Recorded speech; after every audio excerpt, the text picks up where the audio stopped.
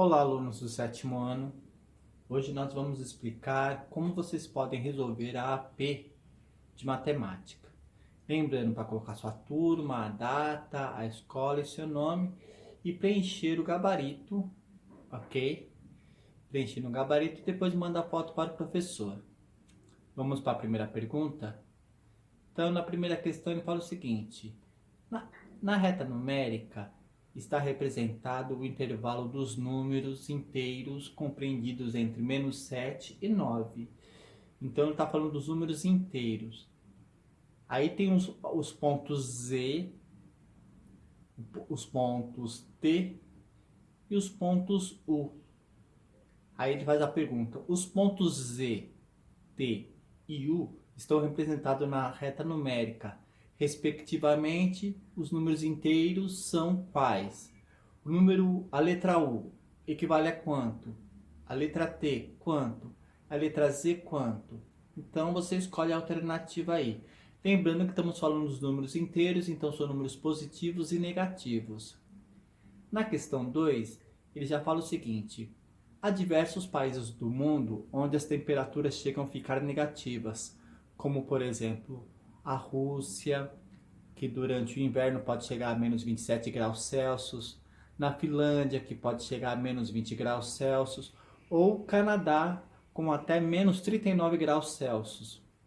Em contraste com São Paulo, que poucas vezes a temperatura fica abaixo de 10 graus Celsius. Se esses valores forem colocados em ordem crescente, como seria colocado? Lembrando, ordem crescente é do menor para o maior. Se é do menor para o maior, então é do mais gelado ao mais quente. Então você escolhe a alternativa que satisfaz o exercício. Questão 3, ok? Então, para desenvolver a habilidade de soma de números inteiros, uma professora elaborou diversos envelopes que os alunos escolhiam ao acaso e deveriam dar o resultado das operações. Um estudante retirou um envelope com os números mais 18 e menos 42. Qual foi o resultado dessa operação? Então, lembrando o seguinte, que quando você tem um número positivo, você tem dinheiro. Quando você tem um número negativo, é o que você está devendo. E você, nesse caso aqui, ó, você está devendo 42 e você vai pagar 18, você ainda fica devendo dinheiro ou você fica com dinheiro? E se fica quanto? Ok? Vamos nós para a questão número 4. Lembrando que as questões número 1, 2, 3 e 4 está falando dos números inteiros. Na questão número 4 ele fala o seguinte: em um jogo, o estudante deve retirar ao acaso duas fichas contendo números inteiros e realizar a multiplicação entre eles. Carlos retirou as fichas com os números -3, ok? E -5. Ao realizar essa operação, ele achou o quê? Lembrando que se trata de uma multiplicação e quando tem multiplicação você tem regrinhas de sinais. Então a regrinha de sinal é essa: sinais iguais, menos com menos ou mais com mais, o resultado é positivo. Se for sinais diferentes, do tipo mais com menos e menos com mais, o resultado será negativo, ok? Então você faz a continha de multiplicação e coloca a alternativa que satisfaz o resultado. Questão número 5. Em uma classe do sétimo ano, com 33 alunos, 17 alunos têm menos de 13 anos de idade. Qual é a fração que representa a quantidade de estudantes com menos de 13 anos de idade? Então, lembrando que você tem 17 alunos que têm 13 anos de idade, e qual que é o total de alunos que tem na sala? Temos 33, ok? Então, como eu vou escrever essa fração? Ok? Lembrando que o todo sempre embaixo e a parte que eu desejo em cima. Vamos para a questão número 6. Questão número 6. A professora pediu para os alunos converterem respectivamente as frações 1/4, 3/5 e 25 décimos em números decimais. Então, ela falou o seguinte: olha, gente, pega o número 1, divide pelo 4. acha quanto? Pega o número 3, divide pelo 5, você vai achar quanto? Pega o 25, divide por 10, você vai achar quanto? E você vai escolher qual dessas alternativas satisfaz o exercício, certo? Lembrando que números decimais é uma divisão de fração. Questão número 7.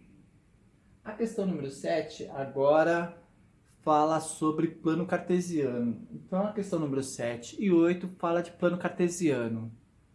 Então, na questão 7 ele fala o seguinte: Marisa desenhou um plano cartesiano com alguns pontos e colocou as coordenadas apenas no ponto A, ok? As coordenadas do ponto B, C e D que faltam, quais são? Então, a coordenada do ponto A, ela colocou ó, 1 e 1. Lembrando que primeiro é o valor de x, ó, que está aqui, ó, x, então vale 1. E depois colocou o valor do eixo y, que vale 1. Por isso que deu 1 em 1. A coordenada B vai ser quanto? Primeiro, lembrando, sempre o valor de x e depois do y, certo? E você vai ver aqui qual alternativa satisfaz o exercício para vocês. Lembrando que a questão 7 e 8, volto a reforçar, que fala de plano cartesiano. Então, questão 8. O gráfico possui as coordenadas A, e equivale aos pontos 2 e 1, coordenada B, 3 e 0, coordenada C, menos 3 e 2, e a coordenada D, menos 1 e menos 2. Corretamente indicadas é. Então, está falando o seguinte: qual desses gráficos aqui, que é o A, B, C e o D, ok? Que nós vamos encontrar essas coordenadas aqui. Lembrando que primeiro é x e o segundo é y, ok? Então, vamos ver aqui, olha. Coordenada A. Aqui, ó, a coordenada A está aqui. Só que o valor de x aqui está no 1 e o y está no 2. Então, não é essa o gráfico que representa melhor. Então, vamos para outro gráfico, ok? Vamos para a questão número 9. Questão 9, 10, 11 e 12, ela vai tratar de simetria, rotação e translação, ok? Então, vamos ver aí, ó. Na questão 9, vou ler até com mais detalhe para vocês verem. Aqui, ó. Carlos está aprendendo transformações geométricas de polígonos no plano cartesiano. Ele construiu a figura A, B, C, D, E, F, G, H, I e depois fez algumas transformações.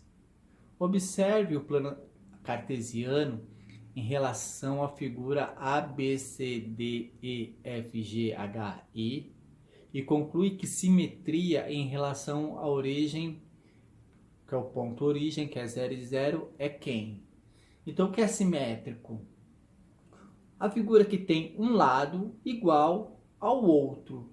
É a mesma coisa que você se olhar num espelho. A figura que está dentro do espelho é simétrico à sua aparência, ok? Então, quais dessas figuras satisfaz o exercício, ok?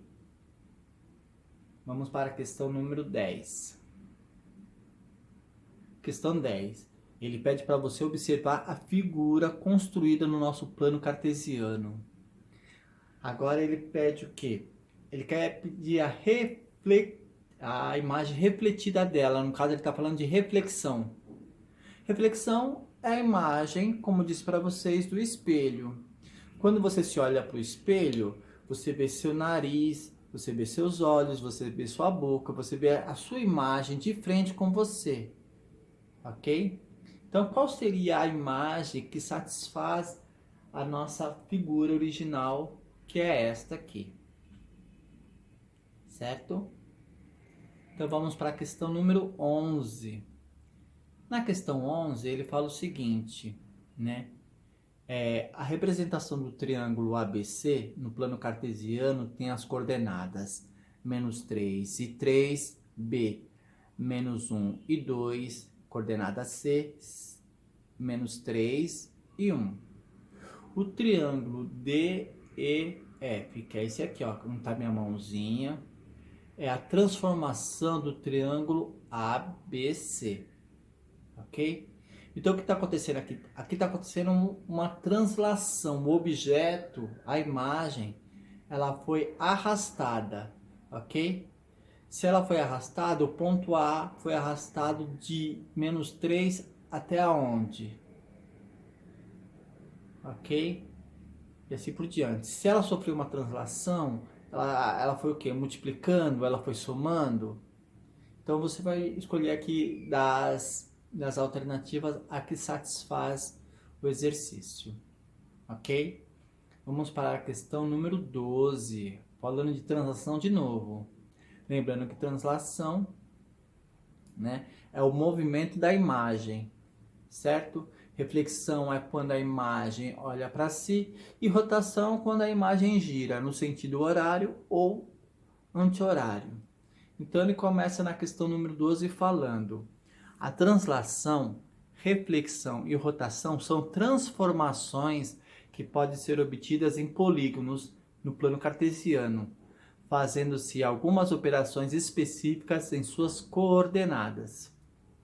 O triângulo ABC ao lado, então, o triângulo ABC que está aqui ao lado, aqui, ó, foi transformado no triângulo A', B' e C'. Então, está aqui, ó, o triângulo ABC, é esse aqui embaixo, e o A', B' e C' é este que está acima do eixo, ok? Então, aí vem a pergunta. Os valores que se encontram aqui, para essa figura ter se transformado desse jeito, o que aconteceu com ela? Ela sofreu uma reflexão? Se ela sofreu uma reflexão em relação a quem? Ao eixo das abscissas ou das ordenadas? E se ela se teve uma translação, ela teve uma translação de quantas unidades? Para cima ou para baixo? Então você vai ver que a imagem ela transladou, ok? E ela também teve o quê? Um outro movimento. E foi de quantas unidades? Certo? Vamos para a questão 14. Opa, desculpa, questão 13 primeiro. Então, a questão 13 é para colocar em ordem crescente as frações, ok? Então, ele começa falando o seguinte, na questão 13. Uma fábrica de laticínios armazenou 3 lotes diferentes de iogurte. Os lotes possuem a mesma quantidade de produtos. Uma grande rede de supermercados comprou 3/5 do primeiro lote, 7/15 do segundo lote e metade do terceiro lote, ok? Então ele pergunta, qual que é a ordem crescente das frações? Uma dica é, faça a divisão de fração. Aí você vai encontrar números decimais e você vai poder comparar, ok? Fica muito mais fácil. Então, lembrando que para transformar em números decimais é você fazer a divisão do numerador pelo denominador. Então, você vai fazer 3 dividido por 5, 7 dividido por 15, 1 dividido por 2. E você vai organizar de ordem crescente. Se ordem crescente é do menor para o maior. Questão 14. Volta novamente a falar do plano cartesiano. Então, no plano cartesiano, abaixo, o ponto P tem qual coordenada? Então, ele está perguntando assim, ó, esse ponto P, qual que é a coordenada dela? Então, lembrando que primeiro é sempre o valor de x, ok? E depois o valor de y, certo? Vamos para a questão número 15. Questão número 15, ele fala o seguinte, João foi desafiado a descobrir os 2 próximos números da sequência. A sequência foi dada sendo esta, 12, 13, 15, 18 22. Quem seria o próximo? Ok? Então a questão é a seguinte, uma dica. Numa sequência sempre tem um número oculto. O que seria esse número oculto? É onde você pode concluir que a partir dele você consegue encontrar o outro. Então vamos ver aqui, ó. Do 12 ao 13. Existe um número oculto. O que aconteceu com ele? Ah, somou mais um. Então é 1. Aqui, do 13 ao 15. O que aconteceu? Ah, é 2. Opa! Então, se do 13 ao 15 somou 2, e do 15 ao 18, o que aconteceu? Ah, a diferença foi 3. Ah, 3. Então, você tem 1, 2, 3 e por aí adiante. Então, se você conseguir entender essa lógica, naturalmente você vai encontrar os dois próximos números da sequência. E o último exercício, ok, ele fala o seguinte: os 636 estudantes de uma escola irão visitar um museu de ciências. Para levá-los, serão contratados ônibus com 46 lugares. O número de ônibus que serão necessários é quanto? Ok? Então, trata-se de fazer uma divisão, ok? Minha dica: se a divisão der um decimal, naturalmente você vai pegar o número inteiro que vai satisfazer a resposta, certo? Então, gente, uma boa atividade para vocês. Lembrando, coloquem o número, coloquem o nome de vocês, a sala, que é a turma, ok? E pinte o gabarito e mande a foto para a gente. Então, uma boa atividade, até mais.